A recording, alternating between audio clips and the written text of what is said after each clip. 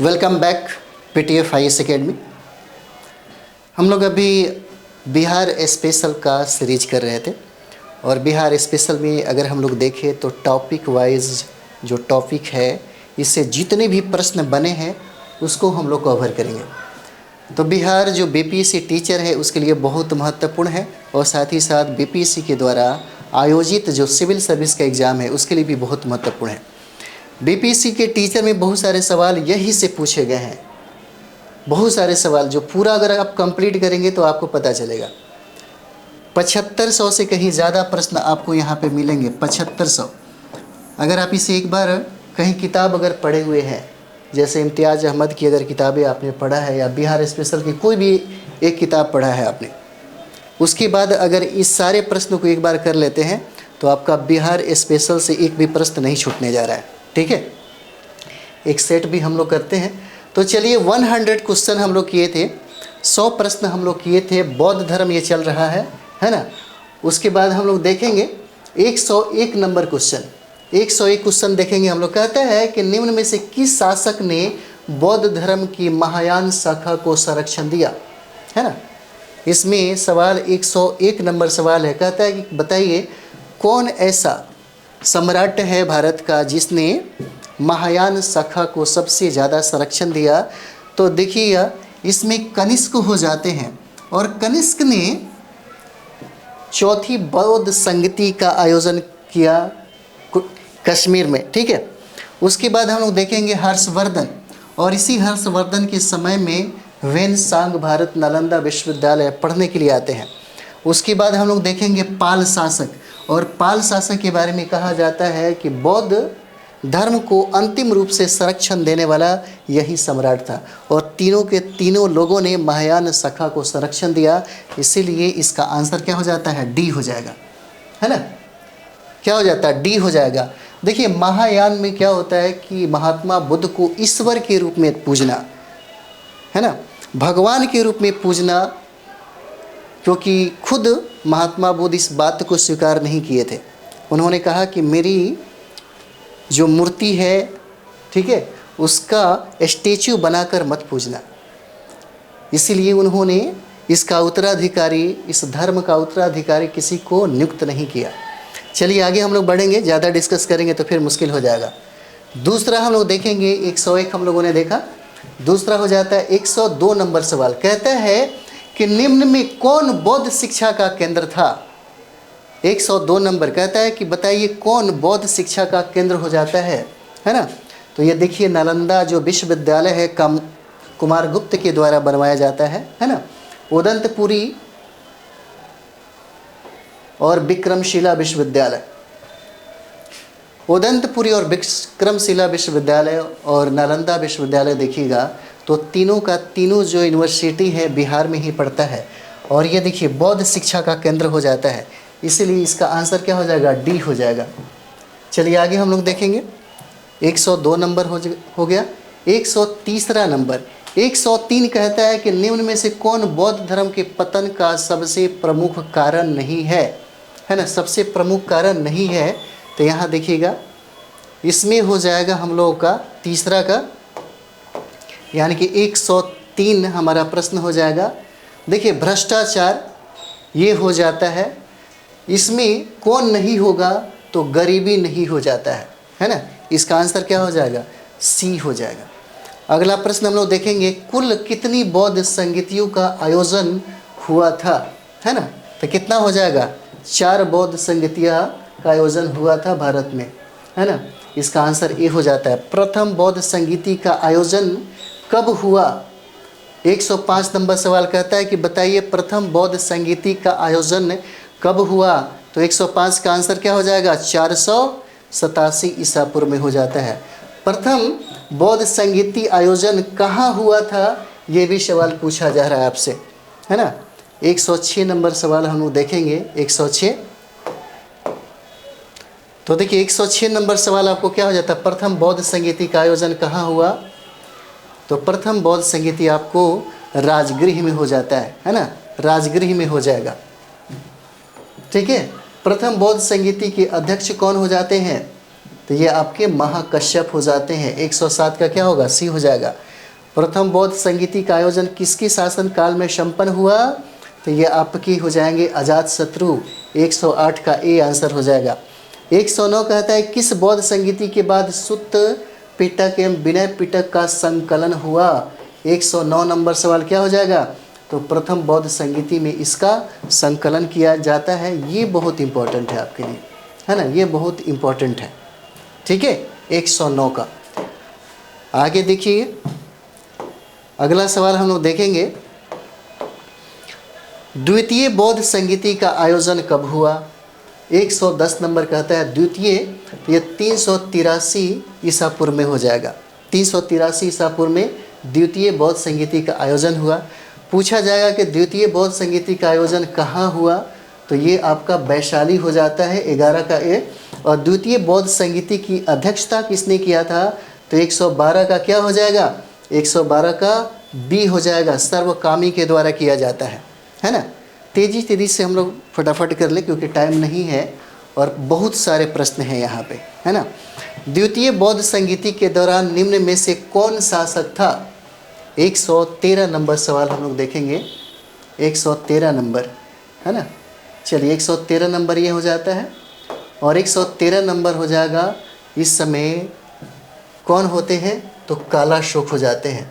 114 number सवाल देखिए, कहता है किस बौद्ध संगीति के बाद बौद्ध धर्म का स्थविर एवं महासंघिक में विभाजन हुआ था। 114 नंबर सवाल क्या हो जाएगा, तो ये देखिए द्वितीय बौद्ध संगीति में इसका विभाजन हुआ और इसीलिए यह सवाल आपके लिए इम्पोर्टेंट हो जाता है।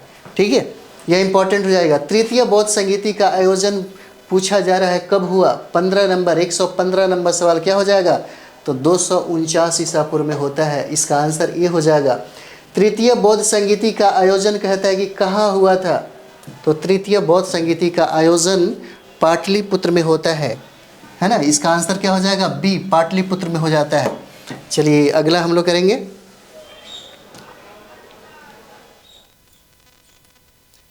तृतीय बौद्ध संगीति की अध्यक्षता किसने किया था, है ना। तृतीय बौद्ध संगीति की अध्यक्षता किसने किया था, तो मोगलीपुत्तिस के द्वारा किया जाता है। तृतीय बौद्ध संगीति का आयोजन किसके शासनकाल में हुआ, तो इस समय अशोक सम्राट होते हैं, इन्हीं के द्वारा, इन्हीं के संरक्षण में हुआ। अभिधम्म पिटक का संकलन किस बौद्ध संगीति के बाद हुआ, तो यही तृतीय बौद्ध संगीति हो जाता है। आंसर क्या हो जाता है, सी हो जाएगा, है ना। चलिए आगे हम लोग बढ़ते हैं, आगे बढ़िए। 120 नंबर हमारा सवाल है, कहता है चतुर्थ बौद्ध संगीति का आयोजन कब हुआ, है ना। चतुर्थ बौद्ध संगीति पूछता है, क्वेश्चन नंबर आपका हो जाएगा 120।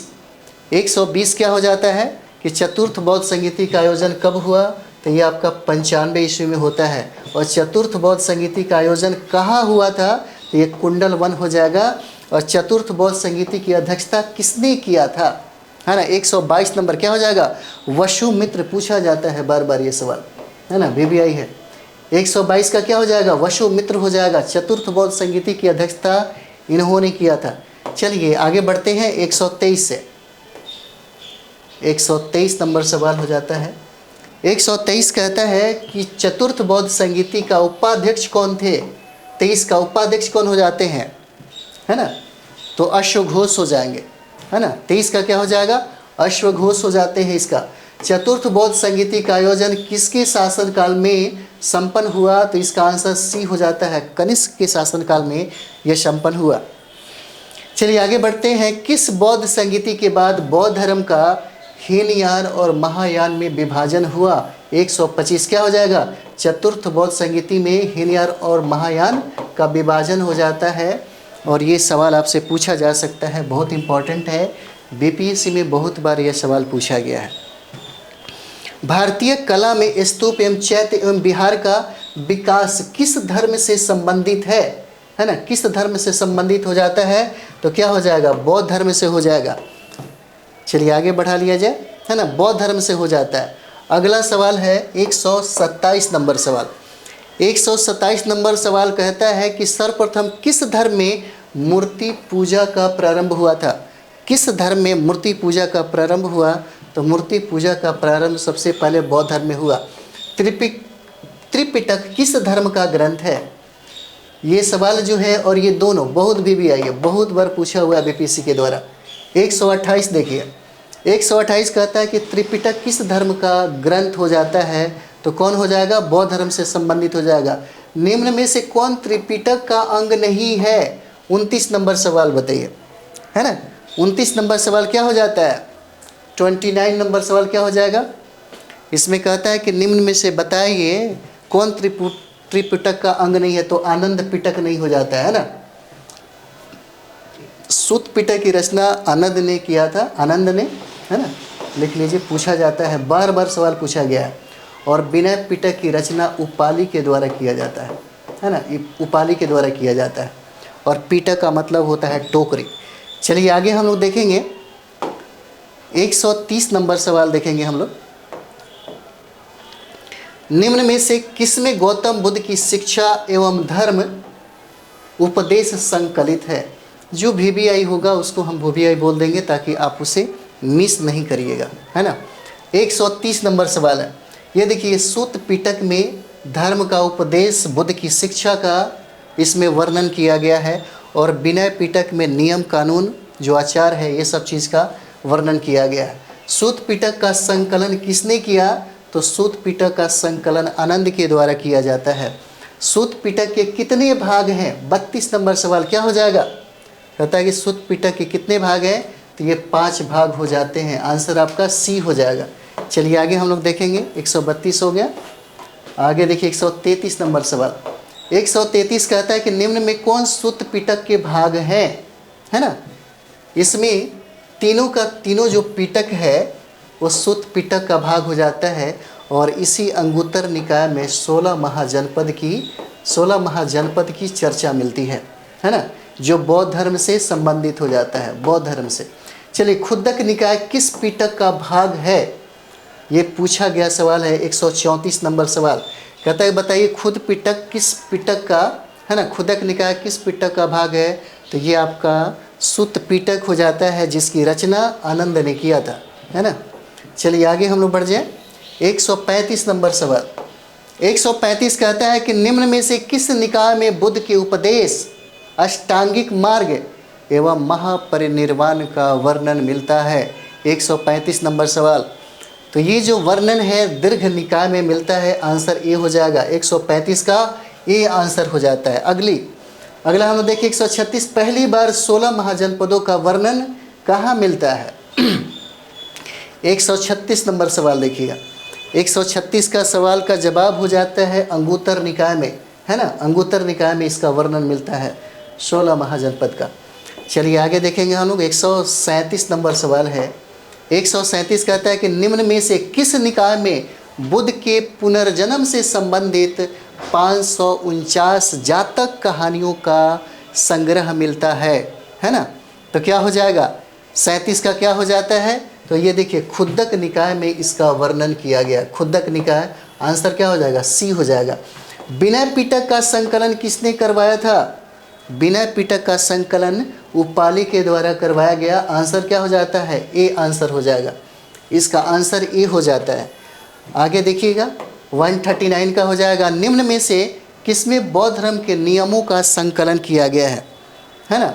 139 का हो जाता है आपका बी, विनय पिटक में बौद्ध धर्म के नियमों का संकलन किया गया है। ठीक है, चलिए आगे बढ़ा जाए। आगे 140 नंबर सवाल करेंगे। 140 कहता है कि विनय पिटक के कितने भाग हैं? तो विनय पिटक के कितने भाग हो जाते हैं? 5 भाग हो जाएंगे।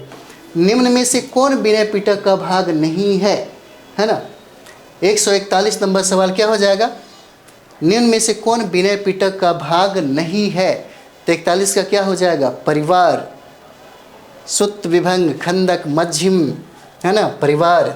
141 का क्या हो जाता है? सी हो जाएगा, है ना। 142 देखेंगे। निम्न में से किस पिटक का संकलन प्रश्नोत्तर के रूप में हुआ है? प्रश्नोत्तर के रूप में 142 नंबर सवाल देखिए, इसका हो जाएगा अभिधम पिटक। आंसर डी हो जाता है, अभिधम पिटक हो जाएगा। चलिए आगे देखते हैं हम लोग 143 का। 143 बौद्ध दर्शन का संकलन किस पिटक में हुआ है। बौद्ध दर्शन का संकलन 143, अभिधम्म पिटक में बौद्ध दर्शन का संकलन किया गया है। आंसर क्या हो जाएगा? ए हो जाएगा, है ना। निम्न में से किसके द्वारा अभिधम्म पिटक का संकलन कराया गया? 144 नंबर कौन हो जाएगा? मोगलीपुत्तिस के द्वारा इसका संकलन करवाया गया, है ना। जो तृतीय बौद्ध संगीति की अध्यक्षता इन्होंने ही किया था। जातक कथाओं की कुल संख्या कितनी हो जाती है? 145। कितना हो जाएगा? 549 हो जाएगा। आंसर ए हो जाता है, ठीक है। चलिए आगे बढ़ते हैं। 146 नंबर सवाल है। 146 में मिलिंद पन्हो पुस्तक का संबंध किस संप्रदाय से है? मिलिंद पन्हो 146 क्या हो जाएगा? बौद्ध धर्म से, बौद्ध संप्रदाय से क्या है? संबंधित है। मिलिंद पन्हो के लेखक कौन हो जाते हैं? 47।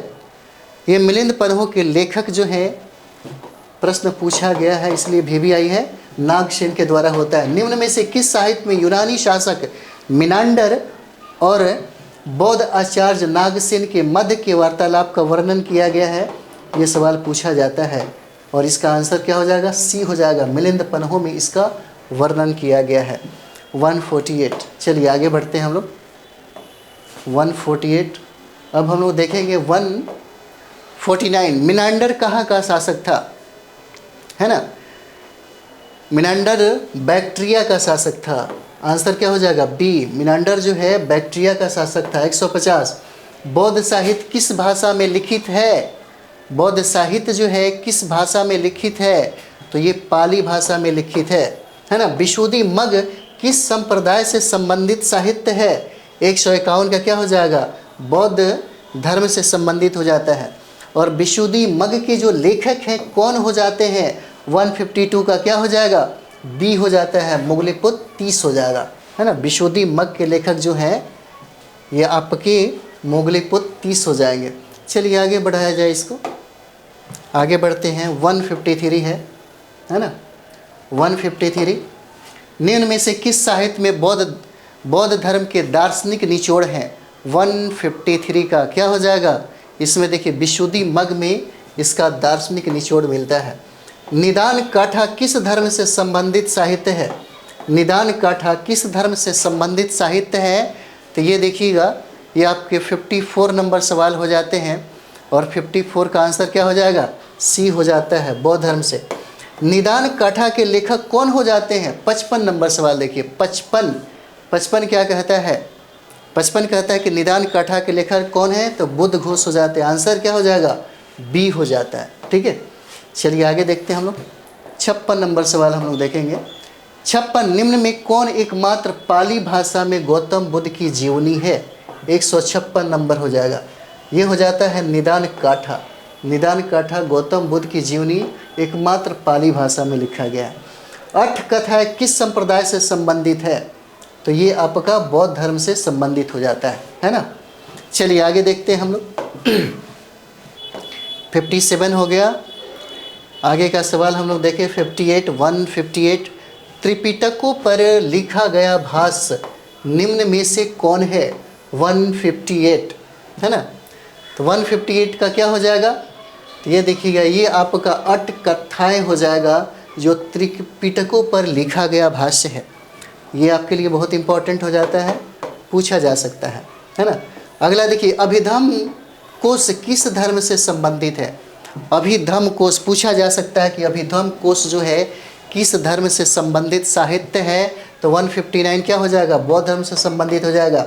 निम्न में से कौन अभिधम्म कोश के लेखक हो जाते हैं? 160 का क्या हो जाएगा? वसुबंधु के द्वारा लिखा गया, है ना। अभिधम्म कोश किसके द्वारा? तो वसुबंधु के द्वारा लिखा गया यह साहित्य हो जाता है। चलिए आगे देखेंगे। 161 नंबर। 161 कहता है कि निम्न में से किस साहित्य से काल एवं वर्ष गणना की जानकारी मिलती है? 161 नंबर क्या हो जाएगा? ये अभिधम्म कोश से इसकी जानकारी मिलती है, इसीलिए यह बहुत इंपॉर्टेंट आपके लिए हो जाता है ना। इससे काल एवं वर्ष की गणना की जानकारी मिलती है आपसे। चलिए आगे देखेंगे। संदर्भ पुंडरीक है ना। संदर्भ पुंडरीक किस संप्रदाय से संबंधित है? संदर्भ पुंडरीक किस संप्रदाय से संबंधित हो जाता है? 162 नंबर सवाल क्या हो जाएगा? बौद्ध धर्म से संदर्भित हो जाता है ना। और संदर्भ पुंडरीक के लेखक कौन होते हैं? 163 नंबर सवाल क्या हो जाएगा? संदर्भ पुंडरीक के लेखक कौन हो जाते हैं? तो वसुबंधु हो जाएंगे, है ना, वसुबंधु हो जाते हैं। चलिए 164 नंबर सवाल हम लोग देखेंगे। 164 हमारा यहाँ पे हो जाता है। 164 कहता है कि संदर्भ पुंडरीक किस संप्रदाय से संबंधित है? 164 नंबर क्या हो जाएगा? तो ये महायान संप्रदाय से संदर्भित हो जाते हैं, है ना। इनका संबंध किससे है? महायान शाखा से हो जाता है। 65 नंबर हम लोग देखेंगे। 65 कहता है कि निम्न में से किस साहित्य में भगवान बुद्ध को अमिताभ अर्थात स्वर्ग में बैठने वाला कहा गया है? स्वर्ग में बैठने वाला कहा गया है। 165 क्या हो जाएगा? तो संदर्भ पुंडरीक में कहा गया है ना। संदर्भ पुंडरीक जो साहित्य लिखा गया, इसी में भगवान बुद्ध के बारे में कहा गया, है ना। इनको अमिताभ कहा गया अर्थात स्वर्ग में बैठने वाला कहा गया। और इसका जो वर्णन है यह संदर्भ पुंडरीक में मिलता है। प्रज्ञा पारमिता किस संप्रदाय से संबंधित है? तो आपका बौद्ध धर्म हो जाता है ना, प्रज्ञा पारमिता। चलिए आगे हम लोग बढ़े। 67 नंबर से देखेंगे हम लोग। 67 नंबर सवाल है, कहता है कि प्रज्ञा पारमिता के लेखक कौन है? 67 नंबर सवाल। प्रज्ञा पारमिता के लेखक नागार्जुन हो जाते हैं, है ना, नागार्जुन हो जाते हैं। अगला हम लोग देखेंगे 68। निम्न में से किसने शून्यवाद का सिद्धांत दिया था? शून्यवाद का सिद्धांत कौन दिया था? नागार्जुन दिया था। दोनों का दोनों बहुत ही इंपॉर्टेंट है, भी आइए। निम्न में से किस साहित्य में शून्यवाद का सिद्धांत मिलता है? 169 किस में मिलता है? 169 देखिए प्रज्ञा पारमिता में मिलता है। अकुतो माया किस धर्म से संबंधित साहित्य है? 70 देखिए अकुतो माया, ठीक है। अकुतो माया जो है, यहाँ देखिए आप लोग 70 नंबर सवाल है। अकुतो माया, इसका जो संबंध है ना, यह आपका बौद्ध धर्म से हो जाता है। 171 नंबर देखेंगे। निम्न में से कौन अकुतो माया के लेखक हैं? 71 अकुतो माया के लेखक नागार्जुन हो जाएंगे। 71 का आंसर क्या हो जाता है? बी हो जाएगा। ललित बिस्तर किस संप्रदाय से संबंधित है? और ये बौद्ध धर्म से संबंधित हो जाता है। और ये प्रश्न जो है बहुत बार पूछा गया है। निम्न में से कौन ललित बिस्तर की लेखक है? 173 का लेखक कौन हो जाते हैं? तो वसुमित्र हैं जो ललित बिस्तर का लेखक होते हैं। ललित बिस्तर के लेखक कौन है? वसुमित्र हो जाते हैं। 174 नंबर सवाल हम लोग देखेंगे। 174 कहता है निम्न में से किस साहित्य को, है ना, लाइट ऑफ एशिया कहा जाता है? 174 नंबर, ठीक। लाइट ऑफ एशिया किसको कहा जाता है? तो ललित बिस्तर को कहा जाता है ना। किस साहित्य को लाइट ऑफ एशिया कहा जाता है? लाइट ऑफ एशिया, तो ये आपका हो जाएगा ललित बिस्तर। अगला सवाल है विभाष सूत्र किस संप्रदाय से संबंधित है? विभाष सूत्र, तो ये आपके बौद्ध धर्म से संबंधित हो जाते हैं। अगला नंबर सवाल है 76। कहा जा रहा है कि विभाषा सूत्र के लेखक कौन है? ठीक है, विभाषा सूत्र के लेखक कौन हो जाते हैं? 176 नंबर सवाल देखिए कौन हो जाएंगे? तो ये वसुमित्र हो जाते हैं। आंसर ए हो जाता है, ठीक है। चलिए आगे बढ़ा जाए, हम लोग आगे बढ़ते हैं। 176 नंबर। अगला हम लोग देखते हैं 177, है ना, 177। कहता है कि निम्न में से किस साहित्य का संबंध चतुर्थ बौद्ध संगीति से है? 177 किसका है? तो विभाषा सूत्र का संबंध आपको चौथी बौद्ध संगीति से हो जाता है ना। सौंदरानंद ग्रंथ का संबंध किस संप्रदाय से है? यह सवाल आपसे पूछा जाता है 78 का। तो इसका जो संबंध है बौद्ध धर्म से हो जाता है। सौंदरानंदन ग्रंथ के जो लेखक है, सौंदरानंद ग्रंथ के लेखक, ये पूछा जाता है आपसे, बहुत भी आई है। 179 है ना, 179 जो है अश्वघोष का यह ग्रंथ हो जाता है सौंदरानंद, ठीक है। सौंदरानंद अश्वघोष का यह ग्रंथ है। अगला हम लोग देखते हैं 180 नंबर। 180 देखिए, निम्न में से किस साहित्य में गौतम बुद्ध के सौतेले भाई के बौद्ध धर्म ग्रहण करने का वर्णन मिलता है? 180 नंबर, है ना। और यही सौंदरानंदन जो ग्रंथ है, इसी में इनका वर्णन मिलता है। बुद्ध चरित्र के लेखक कौन है? इसे याद रखिएगा, बहुत VVI है। 81 नंबर हो जाता है ना, 181 नंबर सवाल हो जाएगा। ठीक है, इसका आंसर हो जाएगा अश्वघोष। बुद्ध चरित्र के जो लेखक हैं अश्वघोष हो जाते हैं। निम्न में से किसे बौद्ध धर्म का महाकाव्य कहा जाता है ना, निम्न में से किसे बौद्ध धर्म का महाकाव्य कहा जाता है, तो क्या हो जाएगा 182 नंबर सवाल क्या हो जाता है, तो ये देखिए बुद्ध चरित्र हो जाएगा, है ना। आंसर क्या हो जाता है, सी, बुद्ध चरित्र हो जाता है। ठीक है, चलिए आगे बढ़ते हैं हम लोग। 183 नंबर देखेंगे। 183 नंबर सवाल, दीपवंश किस धर्म से संबंधित साहित्य है। दीपवंश किस धर्म से संबंधित साहित्य हो जाता है, तो 183 का क्या होगा, बौद्ध धर्म हो जाएगा। ठीक है, निम्न में से कौन श्रीलंका का बौद्ध साहित्य का इतिहास हो जाता है, 184 का क्या हो जाएगा, दीपवंश हो जाएगा। डी आंसर हो जाएगा। महावंश किस संप्रदाय से संबंधित ग्रंथ है, तो ये आपका दीप बौद्ध धर्म हो जाता है ना, बौद्ध धर्म हो जाएगा। चलिए आगे हम लोग देखते हैं, आगे देखा जाए 186 है ना, 100 चलिए आगे बढ़ते हैं हम लोग। 186 महावंश के लेखक कौन है, 86। तो महावंश के जो लेखक हैं ये आपके भदंत महानामा हो जाते हैं। आंसर बी हो जाएगा, है ना। महावंश के लेखक भदंत महानामा हो जाएंगे। निम्न में से किस ग्रंथ से उज्जैन के वायसराय संबंधी जानकारी मिलती है, और ये 87 नंबर जो सवाल है, 87 नंबर बहुत ही VVI है, महत्वपूर्ण है। और किस ग्रंथ से उज्जैन के जो वायसराय है वायसराय संबंधी जो जानकारी मिलती है, ये आपका जो ग्रंथ है ये आपका महावंश हो जाता है ना। महावंश में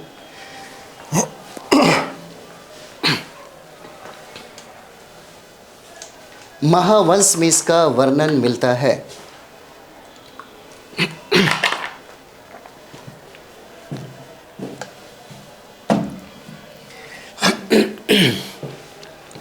महावंश में इसका वर्णन मिलता है। ठीक है, तृतीय बौद्ध संगीति की जानकारी किस ग्रंथ से मिलती है, 188 नंबर सॉरी 188 नंबर सवाल हो जाता है हम लोग का, है ना। चलिए आगे देखा जाए इसमें 188 नंबर देखिए, कहता है कि तृतीय बौद्ध संगीति की जानकारी किस ग्रंथ से मिलती है। 188 नंबर कहाँ से मिलती है, तो ये ग्रंथ है आपका महावंश। अब हो सकता है ऐसे सवाल आपसे पूछने लगे, है ना। ग्रंथ वंशन थपकाशिनी नामक टीका किस साहित्य पर लिखी गई, 189 है ना। पूछा जा सकता है, टीका भी पूछा जाता है अक्सर, और ये आपके लिए VVI है, ये भी VVI है। ग्रंथ वंश नथपकाशिनी जो है नामक टीका किस साहित्य पर लिखा गया, तो ये आपका 189 हो जाता है ना। ये आपका महावंश हो जाएगा। इसका आंसर बी है।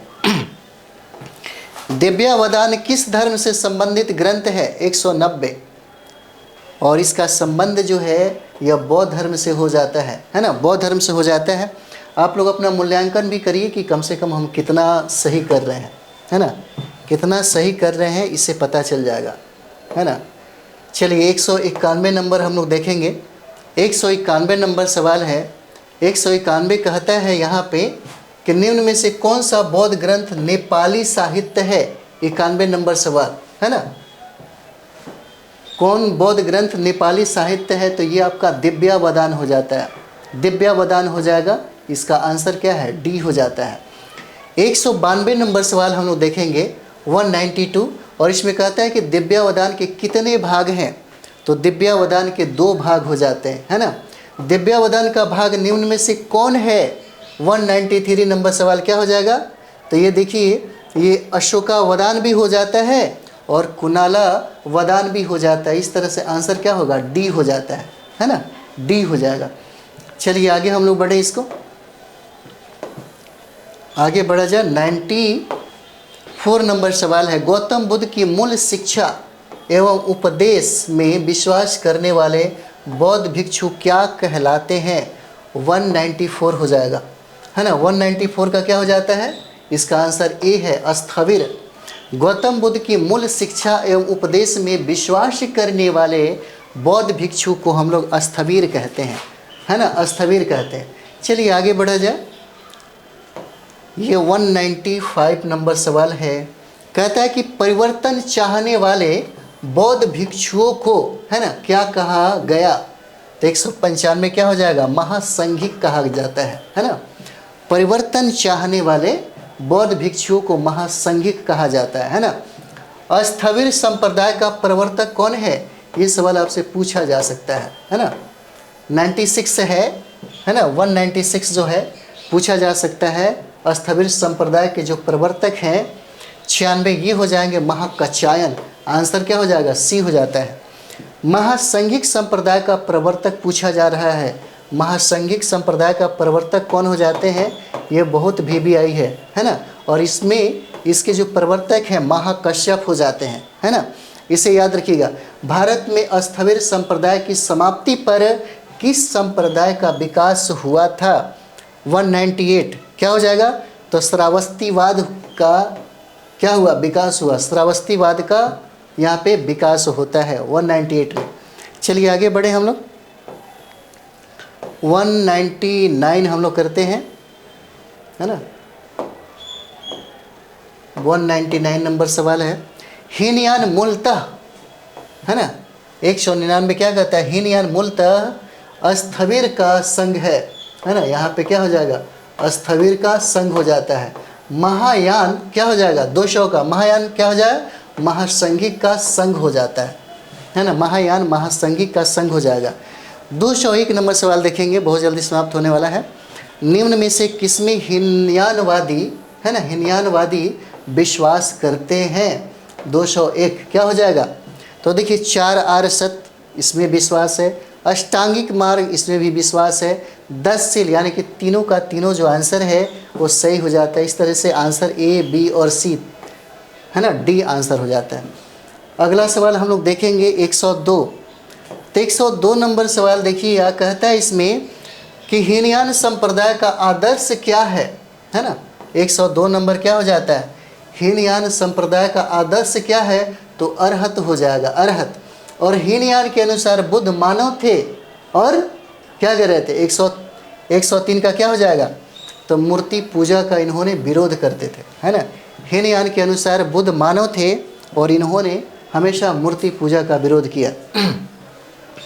104 अरहत वह है जो केवल अपने निर्वाण प्राप्ति के लिए प्रयत्न करता है। आंसर डी हो जाएगा, है ना। 104 का डी। अरहत वह है जो केवल अपने प्राप्ति के लिए प्रयत्न करता है। ठीक है, चलिए आगे हम लोग बढ़े। अगला सवाल हम लोग का 105 नंबर हो जाता है ना। 105 नंबर देखिए, कहता है यहाँ पे कि महायान में ही बुद्ध को देवता माना गया तथा मूर्ति पूजा प्रारंभ हुई। कहाँ? तो महायान में, है ना। महायान में जो सबसे ज़्यादा प्रश्रय किसने दिया था? कनिष्क ने दिया था। महायान संप्रदाय के साहित्य की भाषा क्या है? 206 नंबर सवाल क्या हो जाएगा? तो संस्कृत हो जाता है। महायान संप्रदाय के साहित्य की भाषा क्या है? संस्कृत हो जाएगा। और किस संप्रदाय में बुद्ध को बोधिसत्व कहा गया था, है ना? 7 क्या हो जाएगा? तो ये महायान में कहा गया बोधिसत्व। ठीक है, चलिए आगे हम लोग बढ़ते हैं। पूरा डिटेल से बहुत अच्छा अगर हो जाएगा, अगर आप इसे पूरा कंप्लीट कर लेंगे तो। एक किताब पढ़ने के बाद, है ना, अगर एक किताब पढ़ लेते हैं, कोई भी इम्तियाज़ अहमद हो या विवास पनोरमा हो, उसके बाद एक ये सारा का सारा प्रश्न एक बार बना लीजिए। फिर आपका BPSC हो या कोई भी एग्ज़ाम हो जो बिहार के द्वारा करवाया जाता है, BPSC टीचर के लिए तो सबसे बेस्ट ये माना जा रहा है ना। तो चलिए हम लोग 208 नंबर देखेंगे। 208 कहता है कि बुद्ध ने, है ना, बुद्ध ने क्या? तो देखिए सारनाथ में अपने 5 शिष्यों के सहयोग से बौद्ध संघ की स्थापना की। कहाँ पे? तो सारनाथ में, है ना। 209 नंबर देखिए, कहता है यहाँ पे बौद्ध संघ जनतांत्रिक प्रणाली पर आधारित है, एकदम लोकतांत्रिक प्रणाली पर आधारित होता है ना। और इस सेशन का अंतिम जो हमारा सवाल है ना, 210 देखेंगे हम लोग। कहता है यहाँ पे कि बौद्ध संघ में प्रवेश हेतु किसी भी व्यक्ति की न्यूनतम आयु कितना वर्ष होना अनिवार्य था, तो ये 15 वर्ष हो जाता है। इस तरीके से बौद्ध धर्म से संबंधित 210 प्रश्न है हम लोगों ने कंप्लीट किया। अगर आप पढ़े होंगे बौद्ध धर्म तो बिल्कुल जो भी कन्फ्यूजन होगा यहाँ से एकदम ख़त्म हो जाएगा, है ना।